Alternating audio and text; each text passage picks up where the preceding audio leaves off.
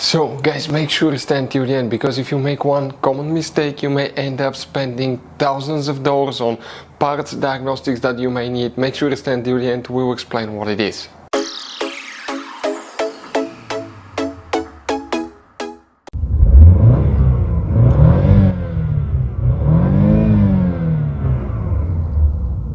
Hey guys, welcome back to Electrical Car Repair Live. Thank you guys for watching and subscribing to the channel. Today will be super helpful video to any of you having a Dodge Challenger, this generation here from year 2014 to year 2024. If you have one of those, you have a problem where the transmission is stuck in park, you wonder what causes that, how you can fix it. It could be simple fix. Watch the video before you spend thousands of dollars on your transmission. And if you need to buy replacement parts at a good price, we'll share the information in the video for your convenience. Let's start on it now. So before we start guys, let us tell you a little bit about us. Every single car we get here at the garage, we try to make at least 200 to 300 free repair videos. We take them completely apart, we show you how to fix transmissions, engines, bodywork, electrical components, fuses, relays. Why we do all that guys? Because our mission at the shop is to save you as much money as we can. All we need in return, please subscribe to the channel, like the video, that way we can keep making these free videos. We have guys more than 15,000 free repair videos on our YouTube channels that can practically guys save you thousands of dollars in future repairs. And if you need to buy parts, tools at a good price, quick shipping, we'll put the links in the description of the video below for your convenience. So if guys the transmission is stuck in park, what can cause that? Multiple things. Now we will explain about that. You will be surprised guys, but the first thing, we need to check some fuses. Then we will explain of course two other things that we see quite often that can cause it, that is actually super simple fix. And these fuses, we need to open the hood. When you open the hood, facing the engine, on the left side you may have a V6, V8, it should work for both, you have a fuse box. Press the tabs together, lift the cover up, and you're going to find a fuse box with a layout like this one here. Before we continue, let's explain quickly why it's always a good idea to test fuses and relays.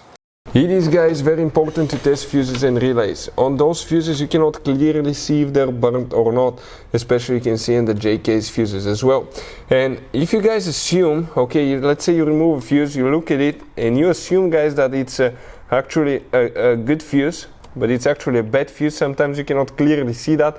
What can easily happen guys at that point, you can put the bad fuse in and you start replacing parts and tools that you don't need to, so you lose your time, you lose your money to fix a problem that doesn't exist, when all we had to do is test the fuse and replace it. We'll put a link to a special video that will teach you how to test fuses, how to check relays very easily as well guys. So check it out, it will be in the description of the video below.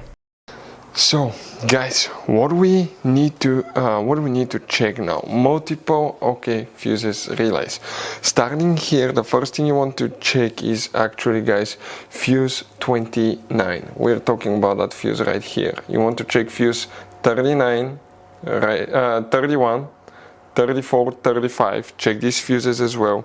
You want to check fuse 37 right here as well, very important fuse. After that guys, you need to check relay 44 right there. Okay, check that relay. Next you need to open the trunk. In the trunk you have another fuse box.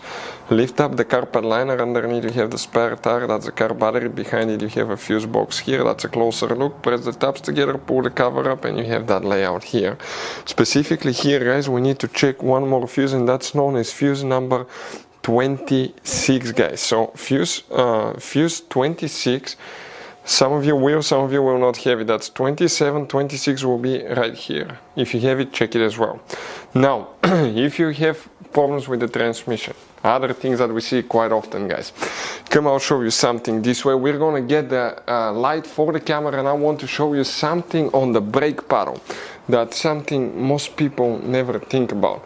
In order to shift the transmission shifter, you know how you have to press the brake paddle, then you need to apply the button here and shift it, right? But guys, why you press the brake paddle? You see that's your brake paddle right here. Okay, now let's go from underneath. Perfect, just like that. That device right there, that's a brake light switch. If we press the brake paddle, watch how it moves. It registers that you press the brake paddle. It sends that information to the transmission control module, powertrain module. If the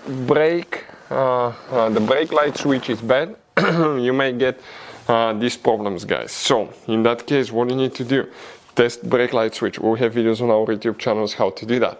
Next, brake light switch might be good, but even if you install a new one, you often need to calibrate it on these new vehicles. If you want to see how to calibrate brake light switch, we'll have videos on our YouTube channels. Next, guys, if the brake light switch is good, you tested it, everything's fine, what else can cause that? Now, you want to inspect and make sure you don't have traction control, stability control, ABS lights on. If you do, check fuses and relays for the ABS module. We will have the video on the channel. This is ABS module, guys. This is the computer. It works together with the transmission. That module, guys, okay, that module is quite complicated. We had problem where the transmission couldn't shift, stuck in park. We got all kind of warnings because of a bad ABS module as well. That's the one that we actually replaced on a Dodge vehicle, guys, because of that. So we had to replace it, program it, and we fixed it that way. If you want to see how to replace ABS module, how to program it, we'll have videos on our YouTube channels. Next, that's your shifter, guys, here, right? The shifter, it doesn't have a cable like it used to back in the day. Okay, you have wires right here, okay, and then you have this wire right there. So, and one practically you have right here as well. That goes, guys, okay, to the switch. Okay, now you can see that's the locking solenoid right here.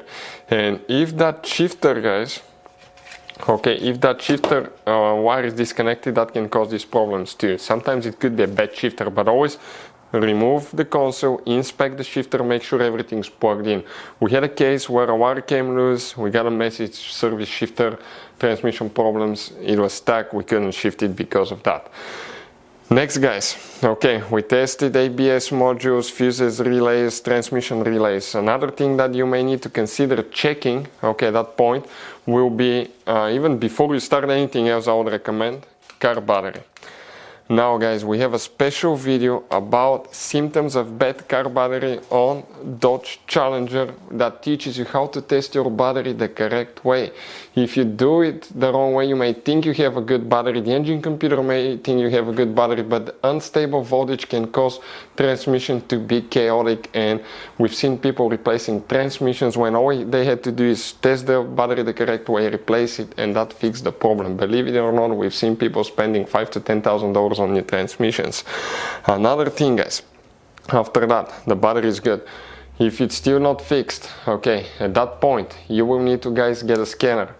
Retrieve the codes from the engine computer, transmission control module, see what codes you have. That will tell you, okay, what exactly is happening. And you will know it could be just a shifter solenoid causing that. If you want to see how to test transmission solenoid, how to replace transmission solenoid on a car, it's not too complicated. We'll have videos on our YouTube channels that will teach you how to do that step by step, guys. But that will be a little bit more complicated. We just hope it's bad battery, brake light switch, or a fuse in most cases. So, guys, if you have problems where transmission stuck in park, always check that, guys. Now, something else. Here you have one wire cable. Okay, it's going right here. Let me show you. It attaches to the transmission. That cable, guys, okay, is right here. That cable attaches there, and that cable actually is to release the transmission. If you manually pull the lever underneath the shifter right here, okay, so it can release, okay, the transmission to go and override the transmission switch. But, guys, hopefully it will be easy fix. Just always check the car battery, because those modern vehicles tend to give quite a few errors, and things start working chaotically when the battery is not stable, because they have so many modules. Some of them, BMWs, Mercedes, Volkswagens, have up to 40, 50 modules in a car. They need stable electricity, so always start with the car battery. So, guys, this Dodge Challenger has all kinds of different fuses and relays. Those could be really hard to find if you're in the middle of nowhere. We'll, guys, put a link in the description of the video below where you can get some spare ones, put in the glove box, because one time we needed a spare, we couldn't find one, and we were stuck in the middle of nowhere because of that, guys. Hopefully the video will be helpful. Thank you, guys, for watching, and see you next time.